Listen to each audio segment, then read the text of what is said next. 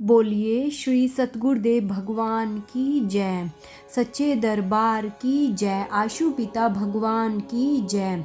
गुरु प्यारे साधकों, स्वागत है आप सभी का एक बार अनुभवों की नई श्रृंखला में। आज का जो दिव्य अनुभव है यह है छवि जैन का, जो कि रहने वाली हैं दिल्ली की। वह दिल्ली के सीनियर अकाउंट्स ऑफिसर हैं और यह जो अनुभव है यह है 2007 की अखंड ज्ञान की अगस्त माह की पत्रिका का।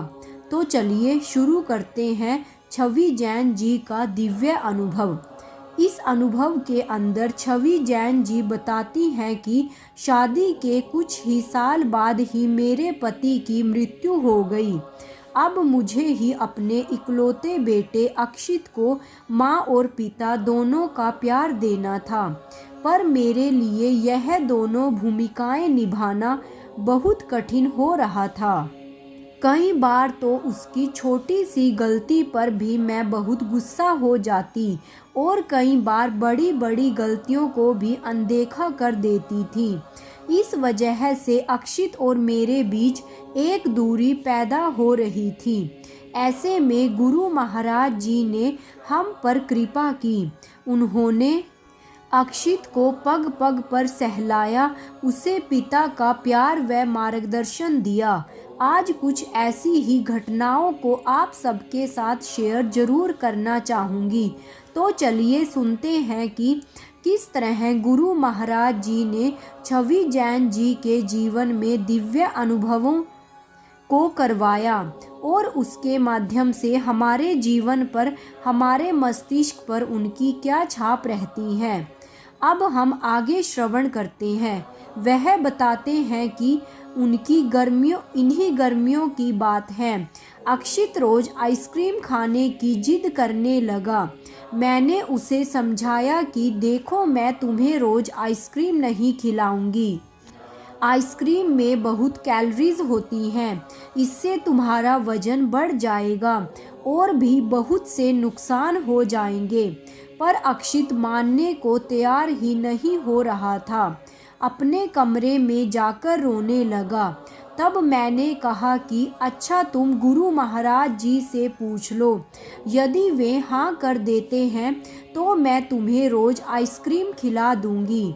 मैं यह बताना भूल गई कि अक्षित जब भी साधना में बैठकर गुरु महाराज जी से कुछ पूछता है तो महाराज जी प्रकट होकर उसे जरूर जवाब देते हैं, वह भी अधिकतर अंग्रेजी भाषा में।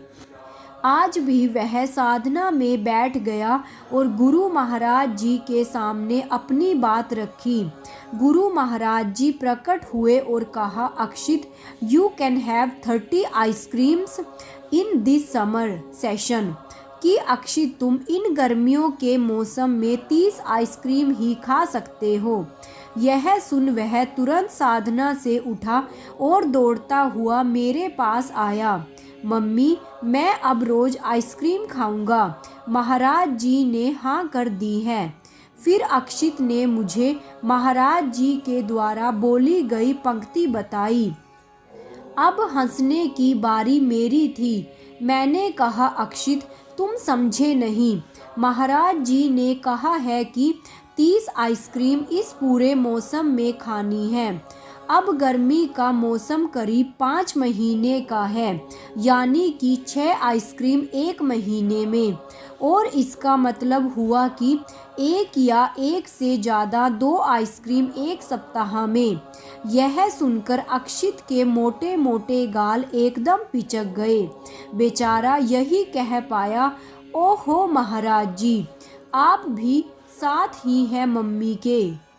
उसने यह भी बताया कि महाराज जी ने कहा है कि उसे नट्स वाली आइसक्रीम भी नहीं खानी, इसमें बहुत ज़्यादा कैलोरीज होती है। एक बार अक्षित जिद करने लगा कि मैं उसके साथ क्रिकेट खेलूं।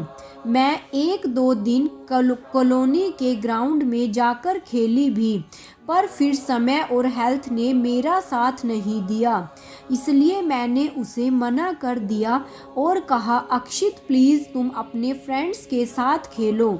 मेरा इतना कहते ही वह रोता हुआ बोला, हाँ, अगर आज पापा होते तो वो मेरे साथ जरूर खेलते। और उसकी यह बात सुनकर मुझे भी रोना आ गया। बात आई गई हो गई और शाम को हम दोनों साधना के लिए बैठे। साधना में बैठते ही अक्षित को गुरु महाराज जी ने दिखाया। महाराज जी ने उसकी पीठ थपथपाई और बोला कि चलो आज हम दोनों क्रिकेट खेलते हैं।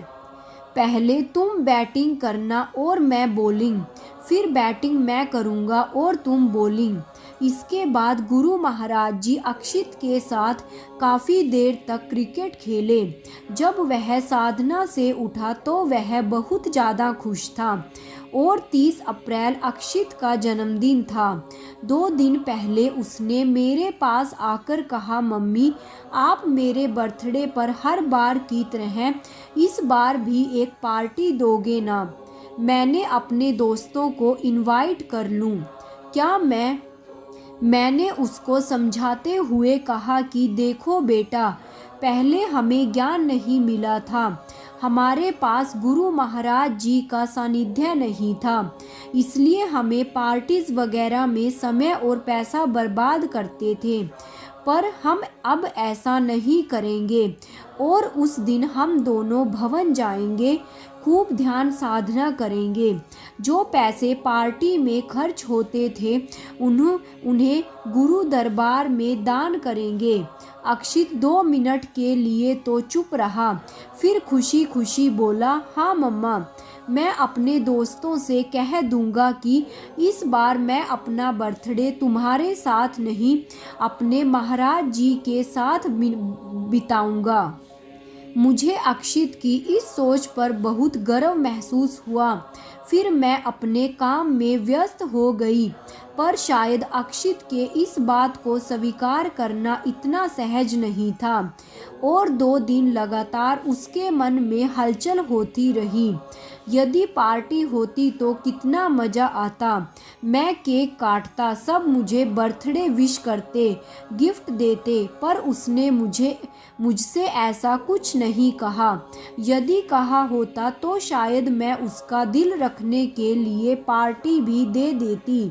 खैर, उसका जन्मदिन आ गया और वह सुबह सुबह तैयार हुआ। हम दोनों भवन के लिए निकल गए।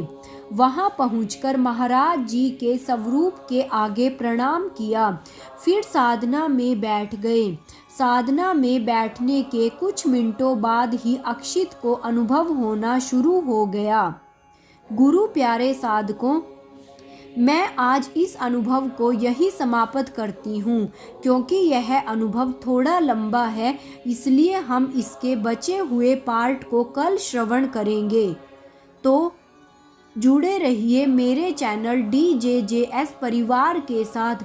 अगर आपने अभी तक मेरे चैनल को सब्सक्राइब नहीं किया तो प्लीज़ मेरे चैनल को सब्सक्राइब कर लीजिए, क्योंकि मैं हर रोज़ आपके लिए ऐसे ही दिव्य और प्रेरणादायक अनुभव लेकर आती हूँ।